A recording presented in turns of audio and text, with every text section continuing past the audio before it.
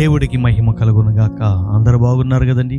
ప్రతిరోజు దేవుడి యొక్క వాగ్దానాన్ని ఈ రీతిగా దేవుడి యొక్క సన్నిధిలో సిద్ధపరిచి మీ ముందుకు తీసుకురావడానికి దేవుడు ఎంతగానో కొరకు చూపిస్తున్నాడు. మరి ఈరోజు దేవుడు మనతో మాట్లాడుతున్న దేవుడి యొక్క వాగ్దానాన్ని చూద్దాం. చూడండి, పరిశుద్ధ గ్రంథంలో ఎఫెసీయులకు రాసిన పత్రిక 3వ అధ్యాయము 20వ వచనం చదువుకుందాం.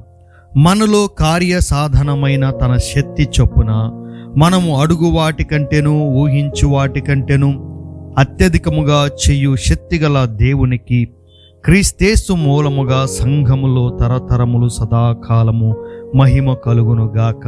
ఆమేన్. చెప్పబడుతున్న పరిశుద్ధ లేఖనములో మనలో కార్య సాధనమైన శక్తి కావాలంటున్నాడు దేవుడు. దేవుడి యొక్క కార్యములు మన జీవితంలో జరిగించబడుటకు కార్య సాధనమైన శక్తి మనకు అవసరం.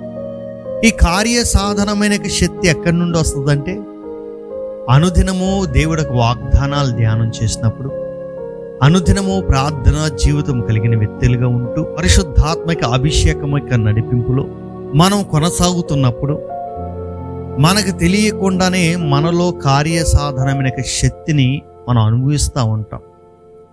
దేవుడి సన్నిధిలో నువ్వు ఆధ్యాత్మికంగా ఎదిగిన దాన్ని బట్టి విశ్వాసంలో, ప్రార్థనలో, వాక్యములో, సంఘములో, పరిశుద్ధతలో, పవిత్రతలో, వాక్యములు ఎదగడంలో, విశ్వాసంలో ఎదగడంలో, ఇవన్నీ కూడా కార్య సాధనమైన శక్తికి ఒక మెట్లు లాంటివి.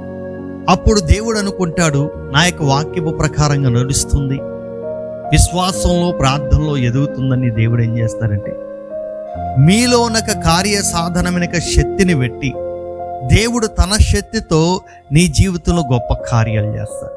ఎలాంటి కార్యాలంటే అక్కడ చెప్పబడుతున్న మాట ఏంటంటే, అడుగు వాటి కంటే ఊహించు వాటి కంటేను అత్యధికంగా చేయు శక్తి గల దేవుడికి అంటున్నాడు. మనము కొంతవరకు మాత్రమే అడుగుతూ ఉంటాం. మనకు ఆ పరిస్థితులు పెట్టి, మన స్థితిగతులు పెట్టి, మన కుటుంబాన్ని పెట్టి, మన అవసరతలు పెట్టి మనం అడుగుతూ ఉంటాం. అలా అడగడం మంచిదే, కానీ మన ఆలోచనలు దేవుడి ఆలోచనలు వేరేండి. మనం ఒకటి ఆలోచిస్తే దేవుడు దానికి ఇంకా రెట్టింపుగా దేవుడు ఇవ్వాలని కోరుకుంటాడు. ఎందుకంటే అడుగు వాటికంటే ఊహించిన వాటికంటే నీ ఊహకు కూడా అందదో దేవుడు చేసే కార్యాలు. నీ కంటికి కనబడదు, నీ చెవులకి కనబడదు, నీ హృదయానికి గోచరం కాదు, ఆత్మ ద్వారా మాత్రమే అది బయలుపరచబడదు. ఎప్పుడైతే ఆత్మీయతలో ఎదిగావనుకో, ఆత్మ ద్వారా నువ్వు దేవుడి యొక్క కార్యాలు నువ్వు చూడగలుగుతావు. దేవుళ్ళో మనం స్థిరపరచబడినప్పుడు దేవుడు మన జీవితంలో ఊహించలేని కార్యాలు చేస్తాడు. నువ్వు ఒకటి తలిస్తే దేవుడు నీ ఊహకు మించిన కార్యాలు దేవుడు జరిగిస్తాడు. నమ్మాలి, విశ్వసించాలి. ఎప్పుడైతే విశ్వసిస్తామో ఆ కార్యాలు మనం చూడగలుగుతాం. మన నమ్ముట ద్వారా మన జీవితంలో అద్భుతాలు, ఆశ్చర్యాలు, సూచక్రియలు, మహత్కార్యాలు, ఘనమైన కార్యాలు కేవలం మన నమ్మకం, మన విశ్వాసం మీద ఆధారపడి ఉంటుంది. ఆయన చేయగలడని నువ్వు నమ్మినప్పుడు, ఆయన మన పట్ల కృప చూపించగల వాడని నువ్వు నమ్మితే గనక కార్య సాధనమైన శక్తిని నువ్వు దేవుడి సన్నిధిలో అనుభవిస్తూ దేవుడి యొక్క కృపను పెట్టి నువ్వు దీవించబడతావు, నీవు ఆశీర్వదించబడతావు, నువ్వు మేలులతో నింపబడతావు, నీకు దీవెనలు వస్తాయి, అద్భుతమైన కార్యాలు నీ జీవితంలో జరిగించబడతాయి. నమ్ముతావా? నమ్మితే గనక దేవుడి యొక్క కృప నీ జీవితంలో ఒక పాత్రుడిగా, పాత్రురాలుగా ఉంటావు. ఇప్పుడు దాకా ఏదైతే జరగలేదో నీ జీవితంలో, ఇక ముందు ఈ వాగ్దానాన్ని నువ్వు నమ్మి విశ్వసించి కార్యసాధనమైన శక్తిలో నువ్వు ఎదిగినప్పుడు, విశ్వాసంలో, ఆత్మీయతలో, ప్రార్థనలో, వాక్యములో నువ్వు ఎదిగినప్పుడు దేవుడు అద్భుతమైన కార్యాలు జరిగించబడతాయి. నీవు నమ్ముతావా? నమ్మితే గనక దేవుడి శక్తిని పొందుకుందాం. ప్రార్థన చేసుకుందాం. పరిశుద్ధుడా, మహోన్నతుడానికి వందనాలు. అడిగిన దానికన్నా ఊహించిన దానికి అత్యధికంగా నువ్వు ఇచ్చే దేవుడివి. నువ్వు గొప్ప దేవుడు ప్రభువా.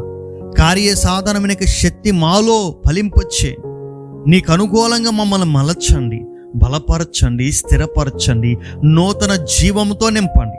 నీ ఆత్మలో వర్ధిల్లుచున్న ప్రకారం అన్ని విషయంలో సౌఖ్యంగా మమ్మల్ని వర్ధిలింపొచ్చేయమని మహిమాగ్రంథ ప్రభావానికి ఆరోపిస్తూ, ఏ బిడ్డ ఏ బాధతో, ఏ కష్టంతో, ఏ ఇబ్బందితో, ఏ ఇరుకుతో ఉందో, ఏ బలహీనతతో ఉందో ప్రతి బిడ్డని ముట్టి స్వస్థపరిచి బాగు చేసి ఆదరించి ప్రేమించి కరుణించి ఆశీర్వదించమని యేసు నామములో అడుగుచున్నాము తండ్రి. ఆమేన్. ప్రియ సహోదరులారా, వాగ్దానం విన్న మీరు మీ జీవితంలో ఈ వాగ్దానం నెరవేర్చబడదని నమ్మాలి. నమ్మినప్పుడు దేవుడు కార్య సాధనమైన శక్తితో మీ జీవితంలో గొప్ప కార్యాలు జరిగిస్తాడు. మరి ఈ వాగ్దానం విన్నా మీరు మీ మట్టికే కాక అనేక మందికి షేర్ చేయండి, సబ్స్క్రైబ్ చేయండి, లైక్ చేయమని చెప్పండి. దాని ద్వారా దేవుడికి సువార్తలో మీరు పాలుపొగుస్తున్నారు. దేవుడు మిమ్మల్ని దీవించి ఆశీర్వదించును గాక. ఆమేన్.